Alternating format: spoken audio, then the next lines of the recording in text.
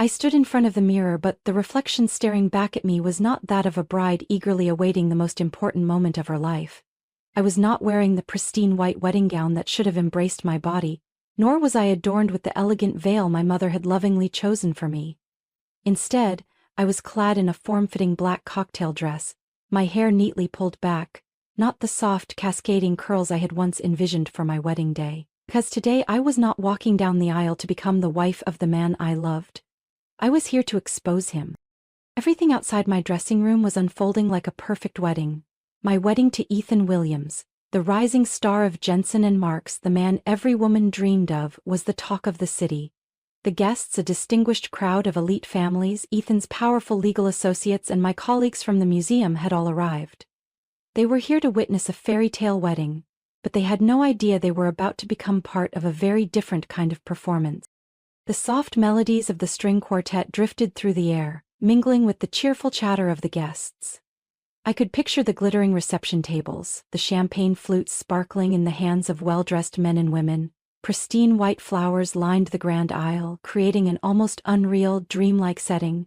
But behind that dazzling facade lay a betrayal I could never forgive. 3 months ago, if someone had told me that Ethan was not the man I believed him to be, I would have laughed in their face. We had been together for 5 years, a relationship everyone deemed mature and stable. He was responsible, a man who meticulously planned for the future, never reckless, never superficial. People constantly reminded me how lucky I was to have someone like Ethan, successful, sophisticated, loving me with a steady, composed devotion, and I had believed them. Until one rainy December afternoon when I stumbled upon a handwritten card hidden in his desk drawer. It was not the official wedding invitation we had sent to over 300 guests. This one was different. It was handwritten, in Ethan's familiar script. "I need you there, front row, left side, this isn't over." Oh. That message was not meant for me, it was for Allison Carter, Ethan's ex-girlfriend. The woman he had once promised forever but ultimately left because they were incompatible. When I had asked him about Allison in the first year of our relationship, he had squeezed my hand tightly, his gaze sincere. "Cheers, just the past. You're nothing like her, you are my future." Those words echoed in my mind as I sat there, the cold paper in my hands. I could have thrown it away, I could have pretended I had never seen it. But instead I chose a different path. I wanted the truth. And the truth had led me to this very moment. My phone vibrated. A message from Olivia. My best friend and the maid of honor in this wedding. "She's here, just like you predicted, front row, left side. And guess what, she's wearing red." A faint smirk curled on my lips. Of course, Allison would choose red, the color of those who crave attention. I wondered if Ethan saw the irony in that. Another message popped up. "Ethan just arrived, he's asking around for you." Of course, he was looking for me. I glanced at the clock. 1 hour until the ceremony. Everything was unfolding exactly as planned. I reached for the small clutch resting on the vanity and brushed my fingers over the USB drive inside. It held 3 months of my investigation. Text messages, emails, photos, surveillance footage capturing Ethan and Allison meeting at cafes, hotels, even in his office. I had spent countless sleepless nights piecing everything together, and now, the final picture was ready to be displayed. My eyes flickered to the white wedding gown hanging on the rack. A couture design worth over $80,000, custom-made from the finest fabrics. Weeks ago I had imagined wearing it, walking down the aisle under the admiring gazes of our guests. But now, it was nothing more than a mask, meant to conceal a lie. I picked up my clutch and headed for the door. Olivia was waiting outside, her gaze scanning me from head to toe, a mix of excitement and concern in her eyes. "Are you sure about this?" she whispered. I smiled, adjusting my diamond earrings with steady hands. I've never been more sure of anything in my life. Taking a deep breath, I stepped forward, toward a wedding no one, not even the groom, could have anticipated. 3 months ago, when I first found that invitation in Ethan's desk drawer, I didn't confront him right away. I knew that if I did, he would deny it, twist the story the way he always did in high-profile cases, turning undeniable facts into trivial misunderstandings. But this time, I wasn't a weak witness under his manipulation. This time, I held the truth. And I was about to expose him perfectly. That night, I didn't sleep. I sat at my desk, a half-finished glass of wine beside my laptop. The invitation lay before me, and I stared at the words Ethan had written. I need you there, front row, left side. This isn't over. I closed my eyes, trying to suppress the anger boiling inside me. Clearly, I had been nothing more than a fool, deceived all this time. But instead of letting my rage cloud my judgment, I decided to act. I started with the simplest thing, Ethan's phone. Ethan had always prided himself on his transparency. He never locked his phone around me, even leaving it on the table whenever he stepped into the shower. I knew the passcode, his own birthday. Once again, Ethan's overconfidence had become his biggest mistake.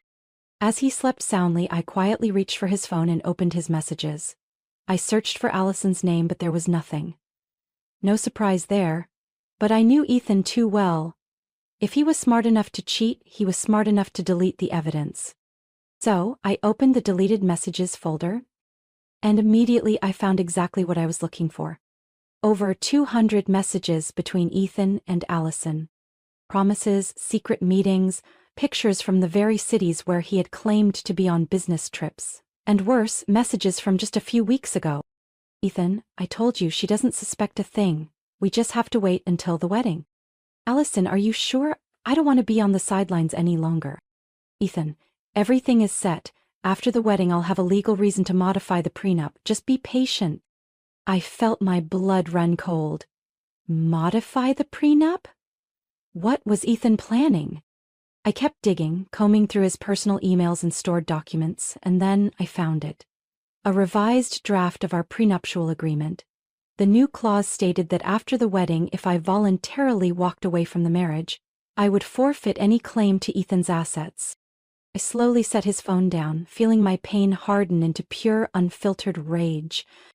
He hadn't just betrayed me, he had intended to use our marriage as a legal tool to strip me of everything, ensuring he could walk away free and unscathed, straight into Allison's arms. No, I wasn't going to let that happen.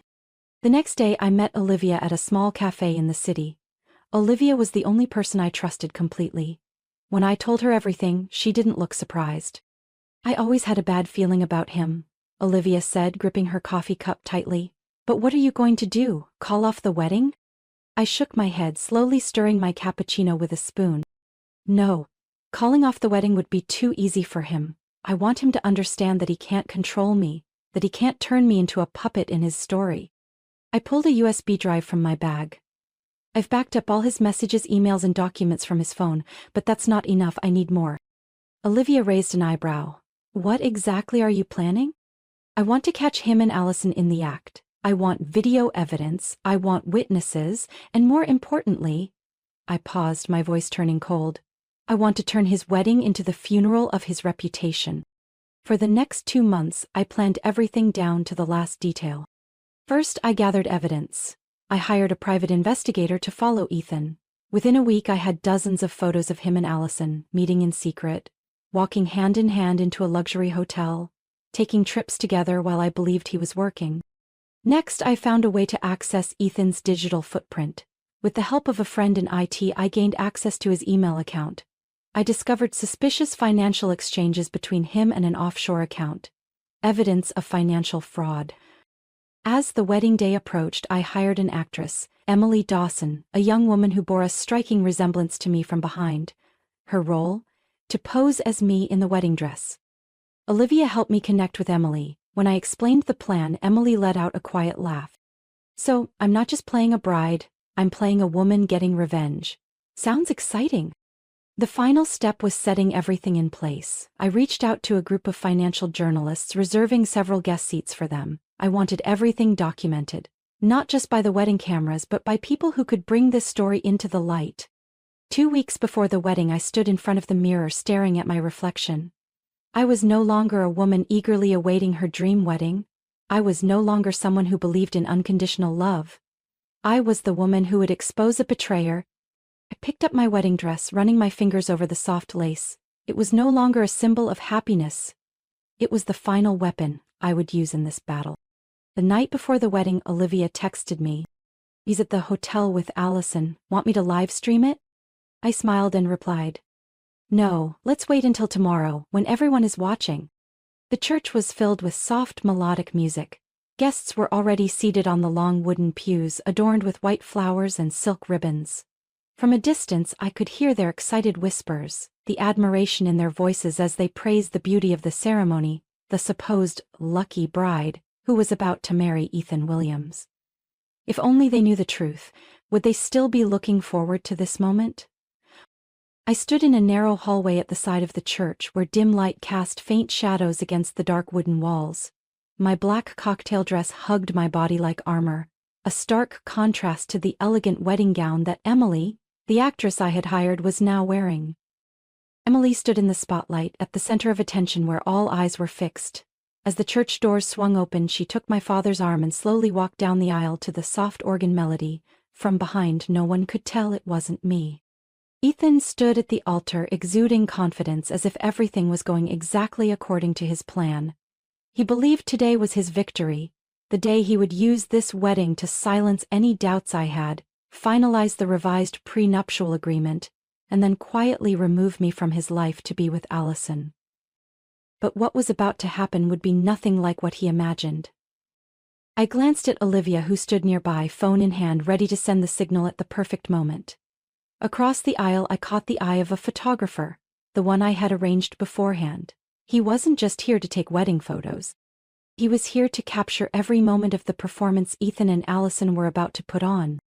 Emily continued her slow ascent up the altar steps. I could see her hands gripping the wedding bouquet tightly. A small gesture, but enough for me to know she was just as nervous as I was. Everything was in place. Now, all that was left was for the villain to reveal herself. Just as the priest was about to begin the ceremony, a shrill voice cut through the silence. Stop. The entire church froze. All eyes immediately turned toward the woman who had just stood up from the front row on the left.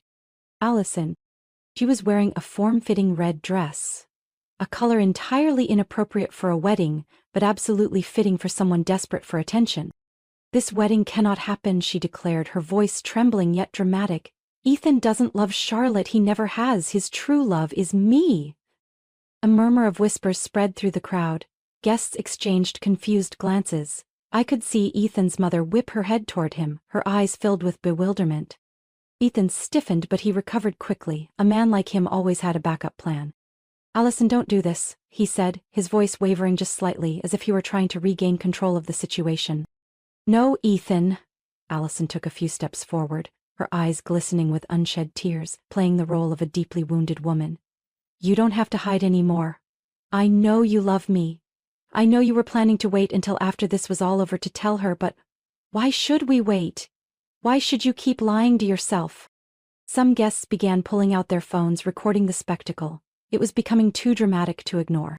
Ethan turned to Emily, the woman he still believed was me, and did exactly what I had predicted. He put on a show of heartbreak, pretending to be caught in an impossible dilemma. Charlotte, he said slowly, his face twisted in supposed anguish. I'm so sorry. In my mind I could already picture every rehearsed line Ethan had practiced for this moment, the way he would turn himself into the victim, a man trapped in a loveless marriage. I can't lie to myself anymore, Ethan sighed, stepping toward Allison. You're right. I love you. I never stopped loving you. Gasps of shock rippled through the church. A few guests had their mouths hanging open, unable to believe what they had just witnessed. I looked at Olivia. It was time. I gave her a slight nod. Immediately she sent the pre-written message. The entire church went dark. A startled hush fell over the crowd. Confused glances darted around the dimmed space. Then the massive screen behind the altar lit up. The first images appeared, Ethan and Allison walking out of a luxury hotel together. The next, them holding hands, kissing, traveling together on the very same dates Ethan had told me he was busy with meetings in Chicago. Then a voice echoed through the church, not the priest's but Ethan's. She doesn't suspect a thing, we just have to wait until the wedding. After the wedding, I'll have a legal reason to modify the prenup. Just be patient. The entire congregation fell into stunned silence. Allison turned ghostly pale. Ethan stood frozen. And that was the moment I stepped out from the side hallway of the church. Under the lights clad in black, I was no longer a bride. I was the keeper of the truth. Ethan spun around, his face draining of all color as he laid eyes on me. Charlotte, he stammered, unable to believe what he was seeing. I took slow, deliberate steps forward, picked up the priest's microphone, and smiled. That was quite a speech, Ethan, but I think you forgot something important. I wasn't the one being abandoned. I was the one who planned all of this. The church was consumed by a heavy silence, so thick I could hear my own heartbeat. Ethan stood frozen, his eyes wide, his face drained of color. Allison was just as rigid, her fingers clenched tightly around her silver clutch, as if holding onto it could keep her grounded. They had believed this was their victory, that they had outmaneuvered me. But they were wrong. I took slow, deliberate steps forward, the sound of my heels echoing against the marble floor. Every eye in the church turned to me. The real bride, not the imposter standing at the altar in white. A few guests gasped, hushed whispers rippling through the pews like an incoming wave. Ethan stammered, scrambling to regain control. Charlotte, what are you doing? I took the microphone from the priest's hand, my voice calm but unwavering. No, Ethan, the real question is, how long did you think you could hide the truth? I nodded toward Olivia, who was already in position by the control panel. In a single moment, the massive screen behind the altar went dark before the first set of images appeared. The first photo: Ethan and Allison walking out of the Crescent Hotel, the very place he had told me he was attending an important business meeting. The next, a text message from Ethan to Allison. We just have to wait. After the wedding, I'll take care of everything. Then, the video began to play. The guests collectively held their breath as hotel security footage flashed onto the screen. Ethan and Allison hand in hand strolling through the grand lobby, their conversation intimate.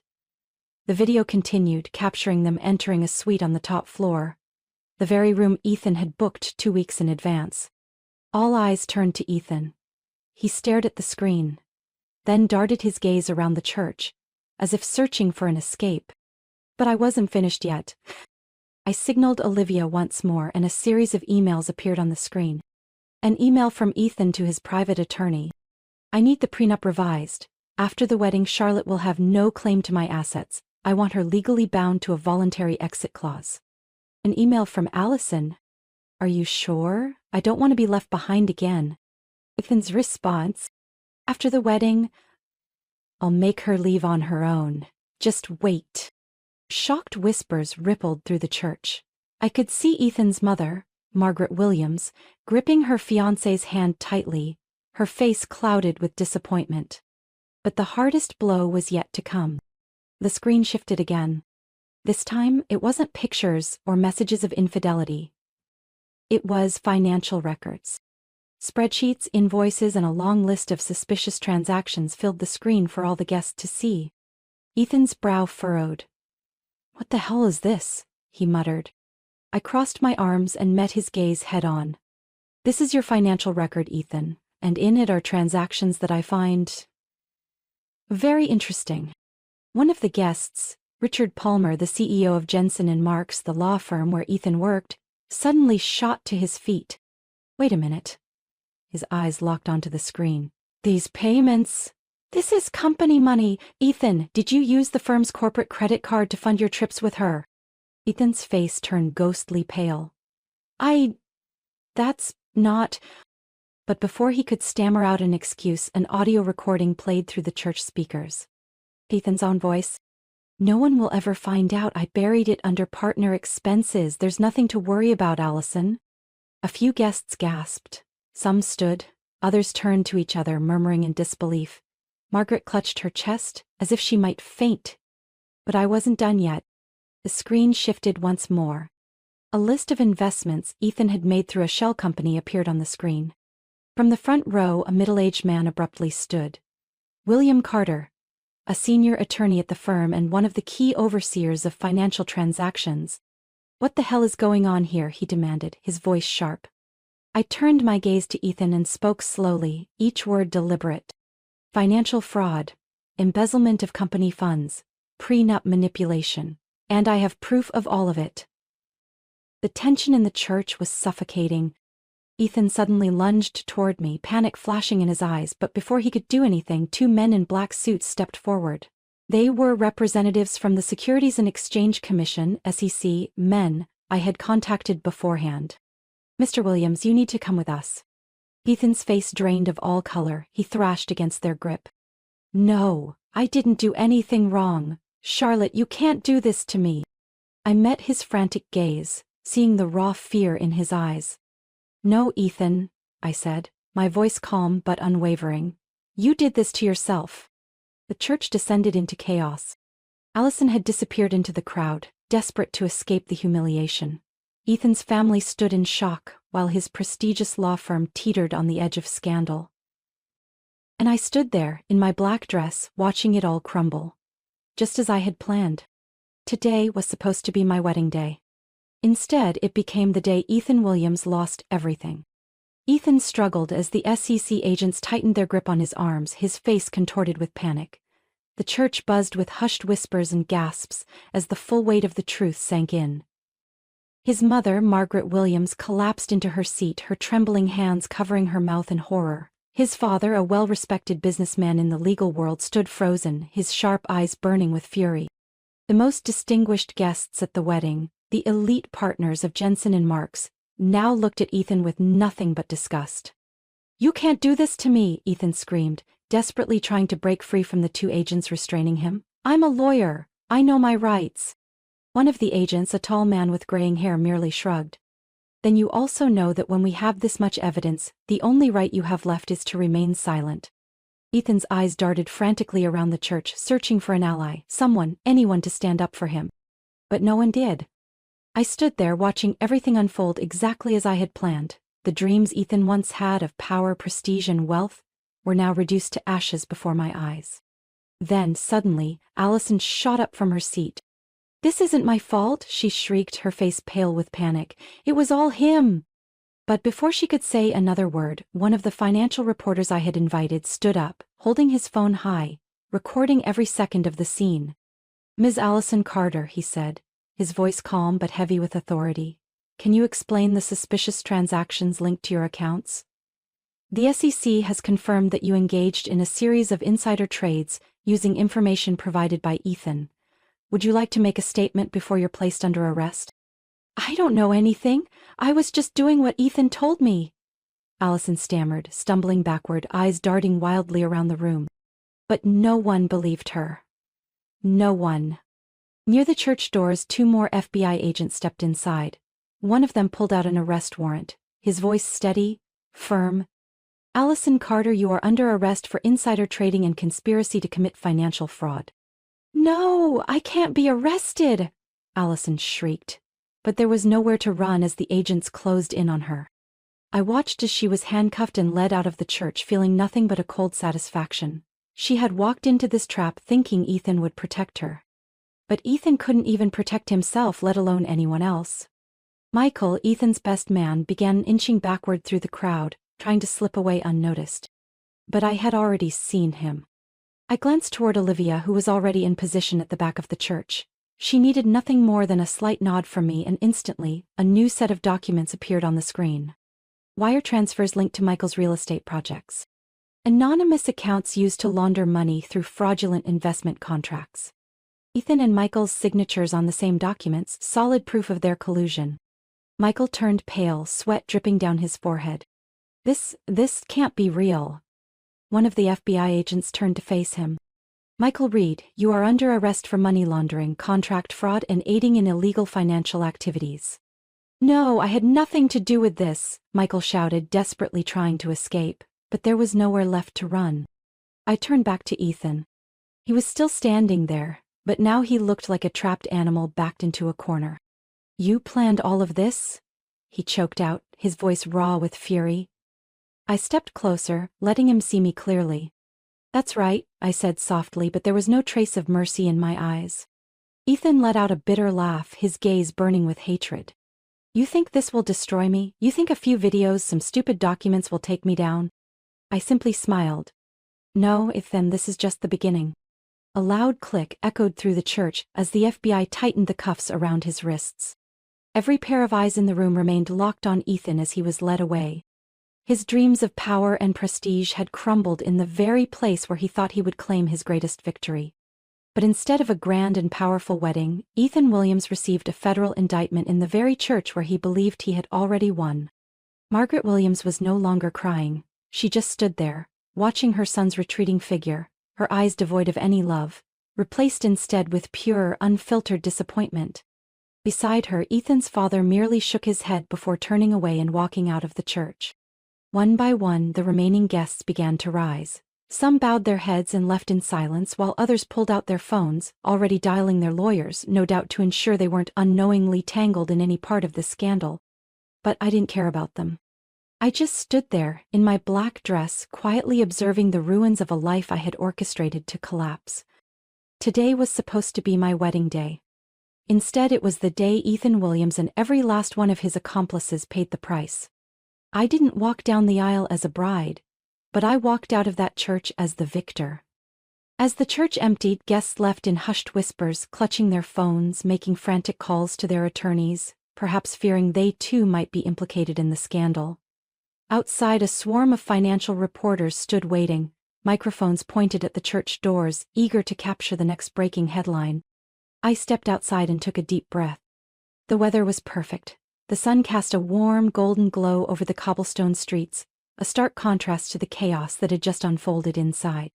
Olivia walked up beside me, her phone screen glowing with incoming messages. "The news is spreading even faster than we expected," she said, holding up her phone. A headline from the Wall Street Journal flashed across the screen in bold letters. "The wedding scandal of the century. Top lawyer Ethan Williams faces charges for financial fraud and insider trading." Below it were a series of photos from the ceremony: Ethan in handcuffs, Allison in full panic mode, Michael attempting to disappear into the crowd before being stopped by the FBI. But the largest photo of all was of me, standing tall in my elegant black dress, my expression resolute. "Just as planned," I murmured. 2 days after the wedding, I received a call from Richard Palmer, the CEO of Jensen & Marks, the law firm where Ethan had once been a rising star, before his downfall. "We've reviewed all the documents you sent," Richard Palmer said, his voice heavy. "We're fully cooperating with investigators to examine all the cases Ethan handled. But I need to ask you one thing." I already knew what he was about to say. "The Williams family charity will remain untouched," I interrupted, my voice firm. "I made sure all fraudulent financial transactions were tied solely to Ethan's personal accounts. Their foundation is clean." Silence. Then Richard sighed. "I don't understand why you still want to protect it." I smirked. "Just because Ethan and Allison are frauds doesn't mean the hundreds of children relying on their charity should suffer for it." After a pause, Richard simply responded, "You are a formidable woman, Charlotte." In the days that followed, every financial, legal, and real estate firm connected to Ethan, Allison, and Michael became the focus of federal investigations. Jensen & Marks fired Ethan immediately and launched an internal review of every case he had handled. 1 week later, they released an official statement, declaring their full cooperation with authorities and reassuring clients that their interests would be protected. Allison lost her job at the investment firm the same day she was arrested. Clients withdrew their funds, en masse, throwing the firm into a PR crisis so severe that they had no choice but to publicly sever ties with her and pledge full transparency in the investigation. Michael, once a rising name in real estate, was now facing multiple money laundering charges. Every project he was involved in was frozen overnight. His reputation? Completely destroyed. Within a week, the 3 people who had once believed they could manipulate my life had lost everything. The only person who walked away with something good from this scandal? Madison, the actress who had played my role at the wedding. After the video of the ceremony went viral, directors and film producers started reaching out to her. One of her texts to me was filled with excitement.